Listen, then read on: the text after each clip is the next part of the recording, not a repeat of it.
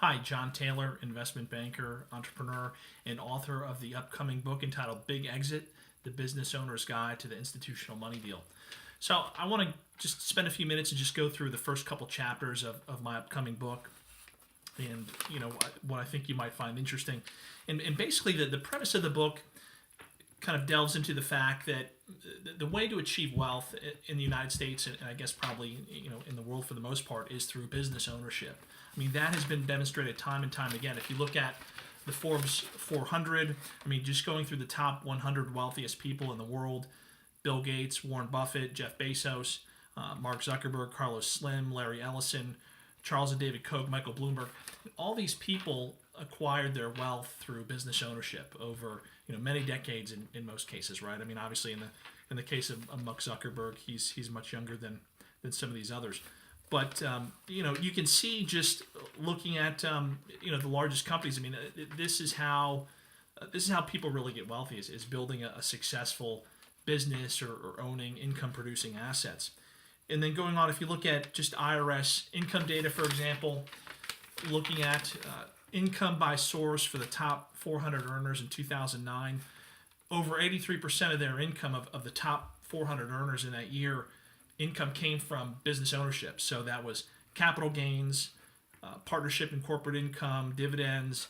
So it was either through the sale of businesses or business assets, or dividends and actual income from businesses or partnership interests they own. Only about less than 10% of these individuals' income came from a wage or salary. But if you think about the average American, probably 90% or more of the average American's income comes from a salary they earned at a job or a wage or otherwise.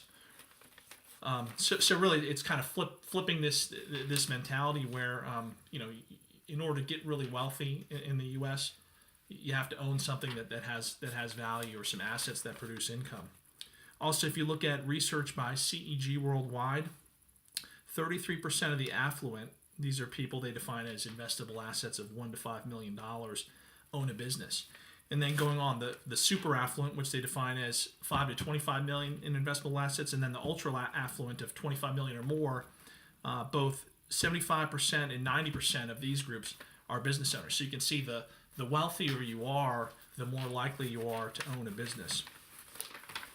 But I think one sort of challenge to this, and one thing that may not be well understood, there's about 20 million or so businesses in the United States. Probably a little bit more than 5 million of those are actually active. But if you dig into those tax returns, income data, really only a very small percentage of those business tax returns show income in excess of $1 million. So your average business owner in the United States, according to recent surveys, show the average business owner had income of $48,000 or less. So that's about 57% of business owners had income of $48,000 or less, while the median household income in the U.S. is $59,000 as of December of 2017. So even though it's clear that business ownership is the way to get wealthy, your average business owner is really worse off in some ways than the average American who's probably just has a job or makes a salary at a business. So really what I want to do in this book is delve into why that's the case.